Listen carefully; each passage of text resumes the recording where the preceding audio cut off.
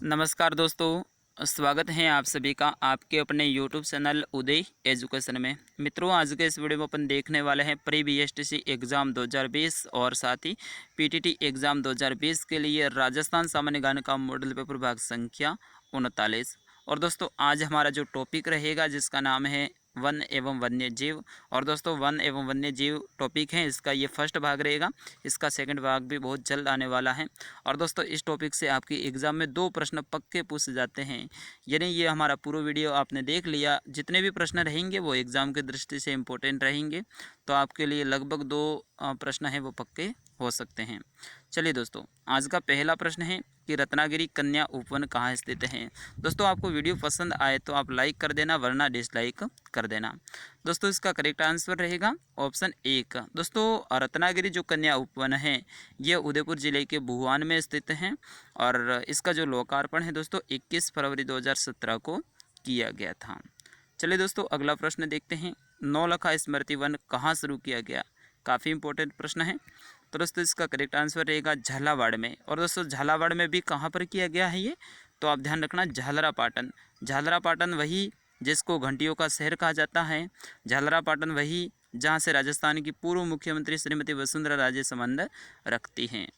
चलिए, और दोस्तों ये है स्मृति वन, ये 24 फरवरी 2017 को झालरापाटन में शुरू किया गया था। चलिए दोस्तों, अगला प्रश्न काफ़ी इंपॉर्टेंट है कि गोडावन के संरक्षण हेतु गोडावन हेकिंग सेंटर की स्थापना कहाँ की जा रही है। तो दोस्तों, इसका करेक्ट आंसर रहेगा आपका ऑप्शन 4, यानी राष्ट्रीय मरु उद्यान जैसलमेर। थोड़ा सा इनके बारे में भी अपन देख लेते हैं। दोस्तों, जो हैकिंग सेंटर हैं ये केंद्र सरकार और साथ ही अपने जो राज्य सरकार है उनके वित्तीय सहयोग से स्थापित किया जा रहा है। चलिए, अगला प्रश्न है कि वन विभाग ने अजमेर जिले के किस स्थान पर हर्बल गार्डन यानी औषधि उद्यान विकसित किया है। दोस्तों, काफ़ी इंपॉर्टेंट प्रश्न है। और दोस्तों, इसका जो लोकार्पण है वो 22 जून 2017 को किया गया था। तो अपना हो जाएगा लीला शेवड़ी पुष्कर, यानी ऑप्शन 3। और दोस्तों, इसका ध्यान रखना है औषधि उद्यान की जो स्थापना है वो या फिर लोकार्पण है वो कब किया गया था, ऐसा भी प्रश्न आ सकता है। तो ध्यान रखना 22 जून 2017। चलिए, अगला प्रश्न है, काफ़ी इंपॉर्टेंट है ये भी आपके एग्जाम की दृष्टि से, कि गोडावन के संरक्षण हेतु प्रोजेक्ट ग्रेट इंडियन बर्ड्स कहाँ शुरू किया गया। काफ़ी इंपॉर्टेंट प्रश्न है। तो ऑप्शन 3 रहेगा राष्ट्रीय मरु उद्यान जैसलमेर। चलिए, अगला प्रश्न देखते हैं। राजस्थान के वे जिले जिसमें खस नाम की सुगंधित घास प्रचुर मात्रा में मिलती है। दोस्तों, बहुत इंपॉर्टेंट है ये प्रश्न, आपके एग्जाम की दृष्टि से आप स्टार लगा दीजिएगा। खस नामक जो सुगंधित घास है वो किन जिलों में मिलती है। छठे प्रश्न का आंसर दीजिए। दोस्तों, ऑप्शन 3 रहेगा भरतपुर, टोंक और सवाई माधोपुर। यहाँ पे खस नामक जो सुगंधित घास है वो प्रचुर मात्रा में मिलती है। अगला प्रश्न है, राजस्थान सरकार ने कौन से वर्ष में राजस्थान जैविक विविधता नियमों को बनाया तथा राजस्थान राज्य जैव विविधता बोर्ड की स्थापना की। दोस्तों, बताइए इस प्रश्न का करेक्ट आंसर। तो आपका ऑप्शन 2 रहेगा, यानी 2010 में। ठीक है, 2010 ऑप्शन 2 इसका करेक्ट आंसर रहेगा। चलिए, अगला प्रश्न देखते हैं। निम्न में से किस प्रजाति के बीजों से तेल की प्राप्ति होती है। दोस्तों, बहुत इंपॉर्टेंट है और आपके एग्जाम में भी ये प्रश्न पूछा जा चुका है। तो रतन जोत हैं, इसके तेल जो बीज हैं वहाँ से तेल की प्राप्ति होती है। अगला प्रश्न है, घड़ियालों की प्रजाति को संरक्षित करने के लिए कौन सा अभ्यारण्य है, यानी घड़ियालों के लिए कौन सा अभ्यारण्य है। दोस्तों, ये भी प्रश्न एग्जाम में पूछा जा चुका है। दोस्तों, राष्ट्रीय चंबल अभ्यारण्य, यानी ऑप्शन 3 इसका करेक्ट आंसर रहेगा। चलिए, अगला प्रश्न देखते हैं। राजस्थान के थार मरुभूमि में स्थित पारिस्थितिक तंत्र को बेहतरीन उदाहरण है, इनमें से आपको बताना है। 10वें प्रश्न का आंसर दीजिए। राजस्थान के थार भूमि में स्थित पारिस्थितिक तंत्र का बेहतरीन उदाहरण कौन सा है। तो थार भूमि का नाम आते ही आपको जैसलमेर वाला मरु उद्यान याद रहना चाहिए और करेक्ट आंसर रहेगा जैसलमेर में स्थित मरुभूमि राष्ट्रीय उद्यान। चलिए, धोकड़ा क्या है। दोस्तों, ये भी प्रश्न आपके एग्जाम में पूछा जा चुका है। धोकड़ा क्या है। ऑप्शन 4 रहेगा, ये एक वृक्ष है। ठीक है दोस्तों, धोकड़ा ये राजस्थान में सर्वाधिक पाया जाने वाला वृक्ष है। इसे धोक भी कहा जाता है, ठीक है ना, इसको धोक या फिर धोकड़ा भी कहा जाता है। और राजस्थान में 50% से अधिक वन क्षेत्र किस श्रेणी में सम्मिलित है, यानी 50 से अधिक प्रतिशत में जो वन पाए जाते हैं यानी आधे से ज़्यादा, वो किस श्रेणी में आते हैं। दोस्तों ये रक्षित वन हैं, वो आते हैं 50% से अधिक भाग पर फैले हुए हैं, ऑप्शन 2। चलिए अगला प्रश्न है, निम्न में से किस जिले में राष्ट्रीय उद्यान नहीं है। इनमें से आपको बताना है कि राष्ट्रीय उद्यान किस जिले में नहीं है। राष्ट्रीय उद्यान की बात कर रहे हैं दोस्तों, जो कि श्री गंगानगर हो जाएगा, ऑप्शन 1। चलिए अगला प्रश्न है, राजस्थान का सर्वाधिक वन क्षेत्र वाला जिला कौन सा है। बिल्कुल इजी सा प्रश्न है। राजस्थान में सर्वाधिक वन है वो किस जिले में पाए जाते हैं, उदयपुर जिले में, उदयपुर मेवाड़, ठीक है।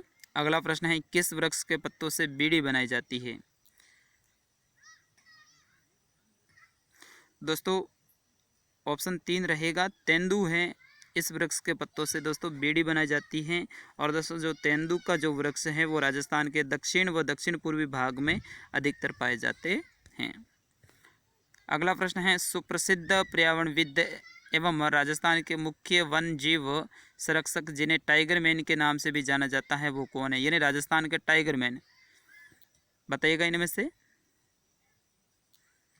दोस्तों टाइगर मैन कैलाश सांखला जी को कहा जाता है, यानी ऑप्शन 1 इसका करेक्ट आंसर रहेगा। दोस्तों ये सारे के सारे प्रश्न हैं, मैंने आपके एग्ज़ाम की दृष्टि से जो इम्पोर्टेंट है उन्हीं को सिलेक्ट किया है। बाकी जो वन और वन्य जीव से संबंधित मेरे पास में कुल 300 प्रश्न हैं, लेकिन ओनली फॉर मैंने 60 या 70 प्रश्न ही सेलेक्ट किए हैं जो कि एग्ज़ाम की दृष्टि से इम्पोर्टेंट हैं। अगला प्रश्न है, निम्न में से किस वृक्ष को थार का क्लब वृक्ष भी कहा जाता है। दोस्तों थार का क्लब वृक्ष है वो किसको कहा जाता है, अपना राजस्थान का राज्य वृक्ष यानी खेजड़ी को। और दोस्तों खेजड़ी का जो वनस्पतिक नाम है वो क्या है, प्रोसेसिस सिनेरिया, ये भी आप ध्यान रखेंगे। और दोस्तों खेजड़ी को राज्य वृक्ष कब घोषित किया गया, ऐसा प्रश्न आ सकता है, तो आप ध्यान रखना है 1983 में, ठीक है ना, 1983 में खेजड़ी को राज्य वृक्ष घोषित किया गया है। दोस्तों इनकी जो फल होते हैं उन्हें सांगरी कहा जाता है, और जो खेजड़ी के जो पत्ते होते हैं उन्हें लूक कहा जाता है, जो कि पशुओं को सराहने में काम में लिया जाता है। मुकुंदरा वन्य जीव अभ्यारण्य कहाँ स्थित है, मुकुंदरा, बिल्कुल इजी सा प्रश्न है। जिनके ज़िले में है वो तो फटाफट कमेंट करो ना भाई साहब। तो दोस्तों बिल्कुल 2 जिलों में है, कोटा और झालावाड़ में, ऑप्शन 1 इसका करेक्ट आंसर रहेगा। दोस्तों वीडियो कैसा लग रहा है आप कमेंट कीजिएगा। और मैंने पहले ही कहा था वीडियो अगर पसंद आए तो ये लाइक करना, वरना मत करना, डिसलाइक भी कर सकते हैं। अमृता देवी पुरस्कार किस क्षेत्र से संबंधित हैं। अमृता देवी जोधपुर से संबंधित हैं दोस्तों, अमृता देवी बिश्नोई, और ये पुरस्कार दिया जाता है। दोस्तों बताइए, बिल्कुल वन संरक्षण से संबंधित हैं, वन संरक्षण, ऑप्शन 2। पेड़ों को बसाते हुए इन्होंने अपना बलिदान दिया था खेजड़ली गांव में। अगला प्रश्न है, घना पक्षी विहार पक्षियों का स्वर्ग माना जाता है, तो यहाँ पर दोस्तों होता क्या है, मुख्य आकर्षण क्या है घना पक्षी विहार में। चलिए चारों ऑप्शन बता देता हूँ।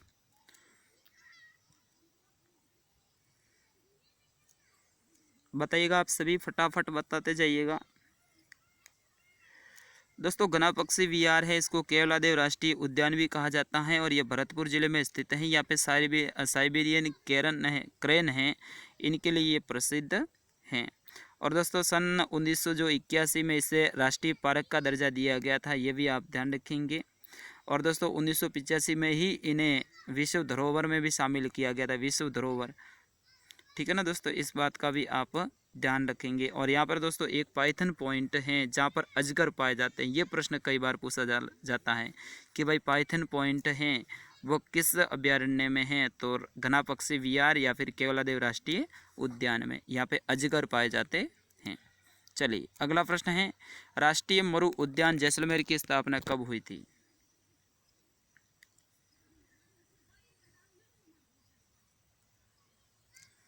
दोस्तों इसका करेक्ट आंसर रहेगा 1981 में, आपका ऑप्शन 3। दोस्तों जो राष्ट्रीय मरु उद्यान है ये ज़्यादातर आपको देखने को मिलेगा कि जैसलमेर ज़िले में है। दोस्तों ये जैसलमेर नहीं, दो ज़िलों में फैला हुआ है, जैसलमेर और बाड़मेर में। लेकिन अधिकतर जो इसकी देख रेख है वो जैसलमेर के हाथ में, इसलिए जैसलमेर बोला जाता है। और दोस्तों इनके बारे में मैं बताना चाहूँगा कि ये अपने राज्य का सबसे बड़ा वन्य जीव अभ्यारण्य है। कौन सा? राष्ट्रीय मरु उद्यान जैसलमेर वाला, ठीक है ना। और इसमें जीवाश्म उद्यान के नाम जीवाश्म उद्यान के नाम से भी इन्हें जाना जाता है, राष्ट्रीय मरु उद्यान को। अगला प्रश्न है, निम्न में से कौन से वृक्ष को जंगल की आग नाम से भी जाना जाता है? यानी जंगल की आग कौन से वृक्ष को कहा जाता है?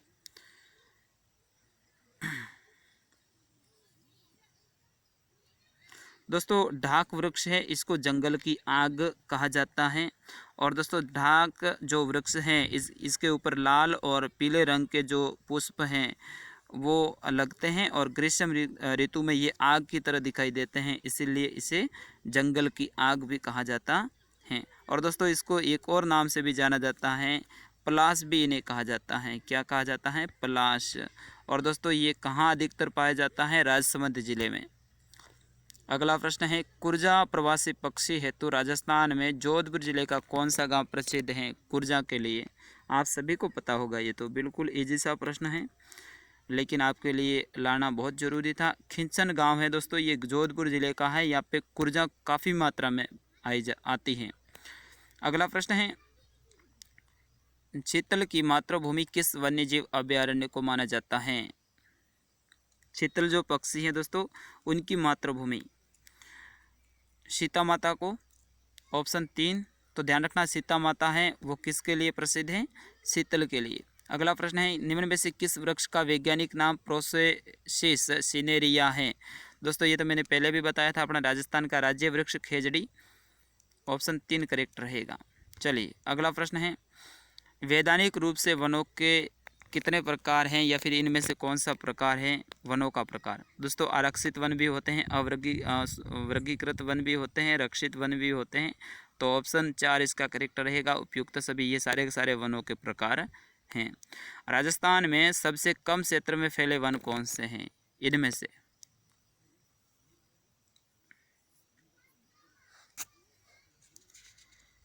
बताइएगा फटाफट।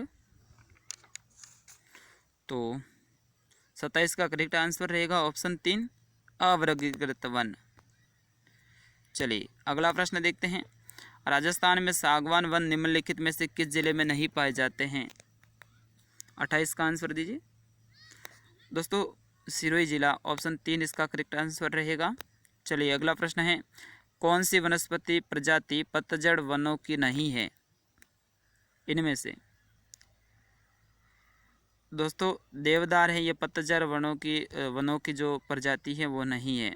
अगला प्रश्न है, राज्य में शुष्क सागवान वन मुख्यतः कहाँ पाए जाते हैं?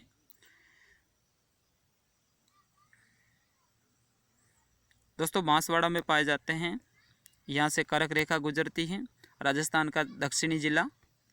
अगला प्रश्न है, सेवण, धामण, मुरात आदि किस प्रकार के वनस्पति वर्ग के अंतर्गत आते हैं? यानी सेवण क्या है, धामण क्या है, मुरात क्या है? घास हैं, झाड़ियाँ हैं, वृक्ष हैं, या फिर ये सभी है?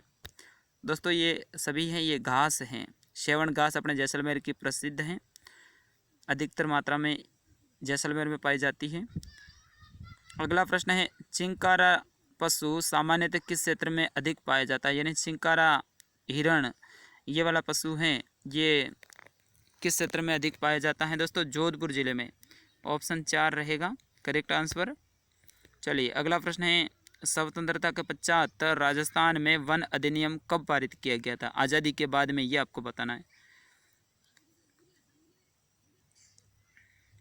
दोस्तों 1953, ऑप्शन 3 करेक्ट आंसर रहेगा इसका। चलिए अगला प्रश्न देखते हैं, राष्ट्रीय पशु बाघ के संरक्षण हेतु टाइगर प्रोजेक्ट यानी बाघ परियोजना कब शुरू की गई? ऑप्शन 2 इसका करेक्ट आंसर रहेगा 1 अप्रैल 1973। चलिए अगला प्रश्न देखते हैं, हरित राजस्थान कार्यक्रम किससे संबंधित हैं? हरित राजस्थान दोस्तों कार्यक्रम है, ये किससे संबंधित हैं? काफ़ी इंपॉर्टेंट प्रश्न है ये भी।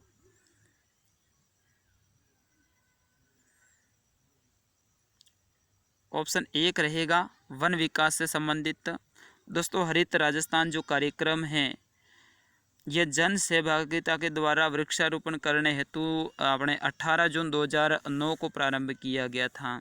यहाँ से आपको ध्यान रखना, हरित राजस्थान कार्यक्रम है ये कब चालू किया गया था? 18 जून 2009 को। अगला प्रश्न है, राजस्थान के पश्चिमी मरुस्थलीय भाग में वन किस रूप में पाए जाते हैं? थार मरुस्थल वाला है ना, पश्चिमी मरुस्थलीय प्रदेश, यहाँ पे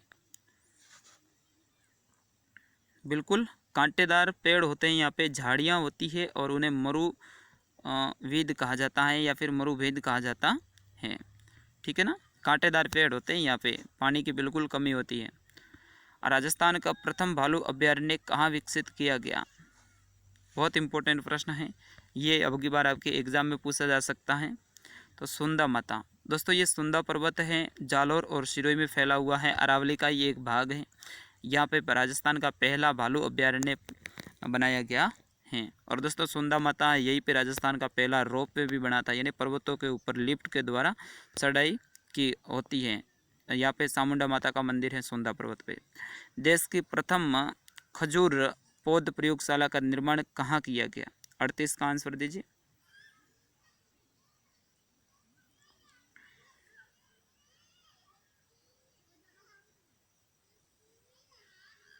तो दोस्तों इसका करेक्ट आंसर रहेगा ऑप्शन 3 यानी सोपाचनी जोधपुर। दोस्तों ये एशिया की दूसरी बड़ी जो खजूर प्रयोगशाला है, ये भी आप ध्यान रखेंगे। चलिए अगला प्रश्न है, गिद्धों का तीसरा प्रजनन केंद्र किस राज्य में स्थापित किया जा रहा है? दोस्तों ये तीसरा है, ये अपने राजस्थान में ही है। ऑप्शन 2 इसका करेक्ट आंसर रहेगा। और आज का अंतिम प्रश्न रहेगा, नेचुरल हिस्ट्री म्यूजियम की स्थापना कहाँ की गई है? दोस्तों जो जयपुर में, राजस्थान की राजधानी में। ऑप्शन 1 इसका करेक्ट आंसर रहेगा। दोस्तों आज के इस वीडियो में बस इतना ही। इसका नेक्स्ट भाग में बहुत जल्द लेके आऊँगा। और ये जितने भी प्रश्न थे आपके एग्ज़ाम के दृष्टि से 100% इम्पोर्टेंट थे। जहाँ तक मेरा अनुभव है उसके आधार पे मैंने ये आपके लिए PDF तैयार की थी। और मैं आशा करूँगा आपको पसंद आया होगा, तो आप शेयर कर दीजिएगा। और जिस जिसको पसंद आया है वही लाइक करें, और दूसरे वाले जिसको पसंद ना आए वो डिसलाइक करें, ताकि हमें भी पता चल सके भाई कितनों को पसंद आ रहा है। धन्यवाद, जय हिंद, मिलता हूँ अगले वीडियो में।